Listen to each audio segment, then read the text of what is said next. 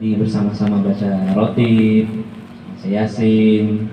Ada hadis Nabi yang artinya barang siapa yang duduk di suatu tempat yang mana yang duduk tersebut, orang-orang tersebut saling menyebut nama Allah, mengingat Allah, maka akan dikelilingi para malaikat, mau di atas, mau di bawah, di kiri, di kanan, semua dikelilingi oleh para malaikat. Dan bukan hanya itu, Allah sudah menyiapkan pengampunan bagi mereka. Bukan hanya itu lagi, ada lagi tambahannya. Wa hafathumul malaika wa ghasyiyatuhumur rahmah, dan kita diliputi oleh rahmat. Jadi kita udah dikelilingi oleh para malaikat, dan malaikat itu nggak cuma ngelilingin doang, tapi mereka tuh mendoakan kita, mendoakan keselamatan, mendoakan kebaikan, mendoakan apapun yang baik-baik untuk diri kita. Dan yang kedua, Allah menyiapkan kita pengampunan. Alhamdulillah, emang kita yakin bahwasanya nanti di akhirat kita udah bakal masuk surga? Kan belum tentu kita masuk surga, tapi insya Allah semua yang hadir di sini, keluarga kita yang kenal sama kita, semua masuk surga Firdaus. Dan yang ketiga, Allah menyiapkan apa? Rahmat. Orang masuk surga atau orang yang masuk neraka, orang yang masuk neraka itu bukan karena banyaknya dosa, dan orang yang masuk surga itu bukan karena banyaknya pahala. Yang memasukkan orang ke dalam neraka itu karena Allah benci sama orang itu, karena dia melakukan suatu hal yang bikin Allah marah, Allah murka. Walaupun dia ahli ibadah, tapi belum tentu dia bisa masuk surga. Jadi yang memasukkan orang ke dalam neraka itu bukan karena banyaknya dosa dia, tapi Allah benci sama dia. Dan yang memasukkan orang ke surga itu bukan karena banyaknya pahala, tapi karena apa? Karena Allah memberikan rahmat ke dia, Allah cinta, Allah sayang ke dia, maka Allah memasukkan dia ke dalam surga. Dan surga dan neraka itu masih kosong sekarang, belum ada penghuninya. Ntar pas semua udah diadilin, siapa yang masuk neraka dan siapa yang masuk surga, baru masuk di situ. Nah, jadi balik lagi ke hadis sebelumnya, berkah. Tempat ini sangat berkah. Kalau misalkan kita menyebutkan asma-asma Allah, kita zikir, bukan hanya tempatnya doang, bahkan makanan, minuman yang ada di sini itu berkah. Tempatnya berkah, dan kita apabila berdoa di tempat tersebut, tempat seperti ini, ijabah, cepat dikabulin oleh Allah Subhanahu wa taala. Karena apa? Karena diisi dengan hal yang bermanfaat. Dan hadis lanjutannya, wa dzakarahumullahu fi man indah, dan Allah menyebutkan siapa saja yang ada di samping Allah. Maksudnya apa? Allah membanggakan orang-orang yang berzikir. Istilahnya dia merelakan waktunya untuk Allah Subhanahu wa taala, yang dari pagi sampai malam dia itu kurang dalam berzikir, tapi dia menyiapkan waktu untuk Allah Subhanahu wa taala khusus. Allah bahkan membanggakan mereka, orang-orang yang berzikir untuk Allah Subhanahu wa taala, di samping orang-orang yang ada di samping Allah Subhanahu wa taala, siapapun yang di samping Allah Subhanahu wa taala. Jadi Allah menunjuk itu dia, hamba-hambaku yang rela mengingatku walaupun dia sibuk.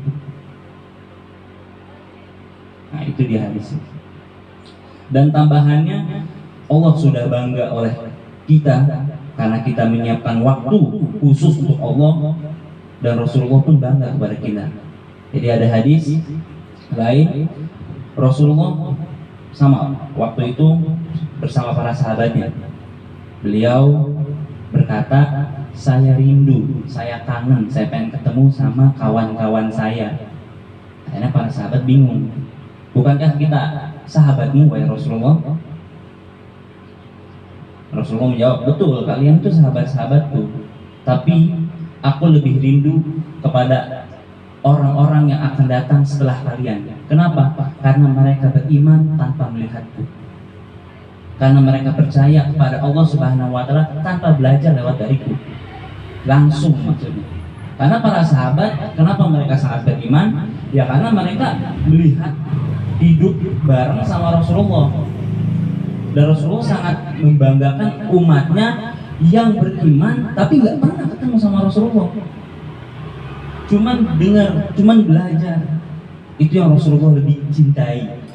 Tapi jangan disamakan kadar kita sama para sahabat yang terdahulu yang bareng tinggal sama Rasulullah. Jauh beda, lebih baik mereka daripada kita. Tapi sudah ada statement bahwasanya Rasulullah rindu sama orang-orang yang beriman tapi belum pernah ketemu dengan Rasulullah. Dan alhamdulillah kita semua umatnya Nabi Muhammad SAW yang banyak sekali Rasulullah itu rahmatan lil alamin. Oleh karena itu banyak sekali kemudahan-kemudahan yang bakal kita dapatkan nanti di akhirat. Jadi semua nabi itu mempunyai satu doa yang kalau digunakan itu detik itu juga Allah kabulkan. Semua nabi sudah menggunakan doa tersebut. Ada yang buat mengazab kaumnya, ada yang buat menyelamatkan kaumnya. Cuman Rasulullah doang yang ngasih simpen doa itu. Kenapa? Buat kita nanti pas di hari kiamat biar kita semua selamat. Tinggal Rasulullah doang. Semua nabi udah makan semua. Tinggal Rasulullah. Buat siapa? Bukan buat Rasulullah doa tersebut buat kita. Kurang cinta apa? Kurang baik apa Rasulullah sama kita? Oleh karena itu kalau bisa setiap hari kita nih belajar sirah nabawi. Kalau bisa kita dengar ada maulid di mana kita datang. Kenapa? Karena biar nanti pas di akhirat Rasulullah tuh nyariin kita, pengen ketemu. Kenapa? Karena kita nih sayang banget sama Rasulullah. Kita tunjukkan rasa cinta, rasa sayang kita kepada Rasulullah dengan hal seperti itu. Bukan cuma maulid datang iya, tapi kagak tahu apa yang maksudnya maulid itu apa. Gak paham maksudnya maulid itu apa. Datang cuma buat makan ya, Allah sayang banget waktunya. Ya emang dapat pahala, cuman keuntungan yang bakal dia dapat ya di dunia doang, di akhirat belum tentu. Umat Nabi Muhammad umat yang spesial. Bahkan nanti nabi-nabi terdahulu tuh heran melihat umat Nabi Muhammad. Sangat indah. Bahkan ada yang hadis menyebutkan kita nih nanti pas di padang mahsyar kita nih bercahaya. Kenapa? Dari wudhu kita. Makanya banyak orang-orang yang mereka tuh wudhu kan dari sini kan, mulai dari sini. Ada banyak orang yang melebihkan, ada yang nyampe sini. Kenapa? Karena biar cahaya makin banyak. Rasulullah hadis lain bilang apa? Saya ingin ketemu dengan sahabat-sahabat kawan-kawan saya. Kata para sahabat, memang kau kenal dengan mereka wahai Rasulullah? Saya bakal kenal dari bekas wudhu mereka karena bercahaya. Nah, jadi sangat banyak keuntungan bagi umat Nabi Muhammad. Pahala pun gampang didapetin. Cuman kita ketemu sama saudara kita di jalan, kita salaman, itu pengampunan Allah terus ngalir sampai tangan kita lepas. Bahkan malaikat yang menjaga pintu neraka bingung kalau misalkan ada umat Nabi Muhammad yang masuk neraka. Kenapa kamu masuk neraka? Sedangkan kamu tuh mendapatkan pahala pengampunan itu mudah. Kenapa? Saya heran kok bisa. Kalau umat zaman Nabi terdahulu ya nggak apa-apa, karena mereka membangkang sama nabinya, nggak percaya, nggak mau beriman. Ya ini umat Nabi Muhammad yang istilahnya kamu tuh umat spesial, umat yang didamba-dambakan oleh nabi-nabi terdahulu, tapi kau masuk neraka. Bingung, bahkan malaikat bingung kalau misalnya ada umat Nabi Muhammad yang masuk neraka.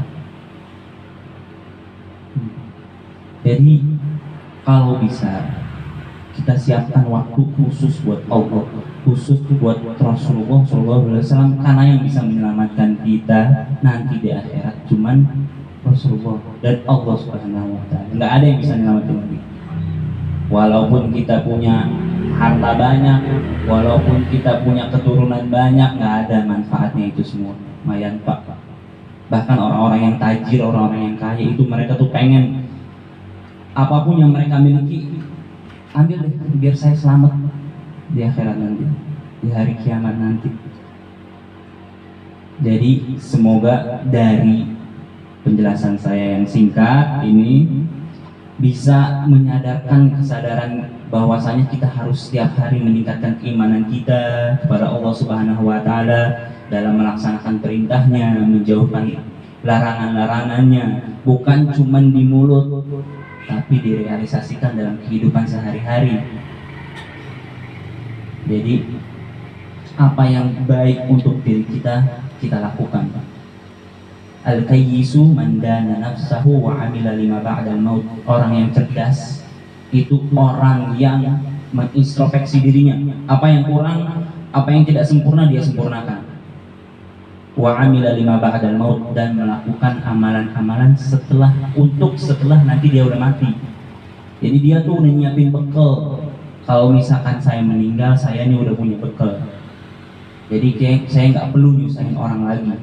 Nah, itu dia orang yang cerdas, orang yang mengintrospeksi dirinya dan melakukan amalan-amalan untuk nanti setelah dia udah meninggal. Dan dalam firman Allah, wa tazawwadu fa inna khairaz zadi taqwa. Berbekalah kalian karena sesungguhnya sebaik-baiknya bekal adalah takwa. Takwa itu apa? Melaksanakan apa yang Allah perintahkan, menjauhkan apa yang Allah larang. Melaksanakan apa yang Allah perintahkan semampunya ya. Semampunya, nggak perlu sampai kita tuh capek-capek, nggak perlu sampai kita tuh bikin diri kita sakit, nggak. Justru Allah tuh nggak demen kayak gitu.